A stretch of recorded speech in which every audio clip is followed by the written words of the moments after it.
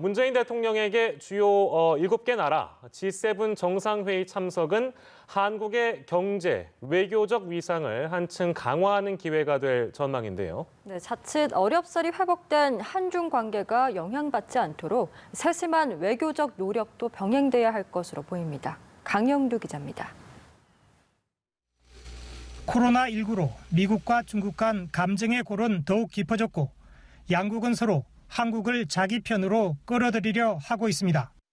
도널드 트럼프 대통령의 G7 확대 정상회의 구상에는 중국을 포위하는 반중 연합전선 구축 의도가 짙게 깔려 있다는 게 중론입니다. 미중 사이에서 거리의 균형을 유지해온 우리로서는 외교적 부담이 된 게 사실인데 문재인 대통령은 길게 고민하지 않고 선진국 클럽인 G7 회의에 참석하겠다는 의사를 밝혔습니다.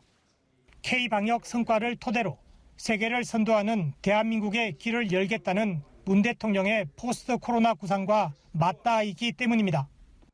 우리가 따르고 싶었던 나라들이 우리를 배우기 시작했습니다. 우리가 표준이 되고 우리가 세계가 되었습니다. 이제는 대한민국의 위대함을 말하기 시작했습니다. G7 정상회의 참가를 선진국 대열의 일원으로 자리매김하는 기회로 삼겠다는 것인데 문제는 미중 충돌 속에서 중국이 어떻게 받아들일지입니다. 특히 하반기 시진핑 중국 주석의 방한과 맞물려 민감한 문제가 될 수 있습니다. 사드 배치 이후 멀어졌다가 어렵게 봉합한 한중 관계가 얼어붙지 않도록 긴밀한 소통 유지가 필요하다는 지적이 나옵니다.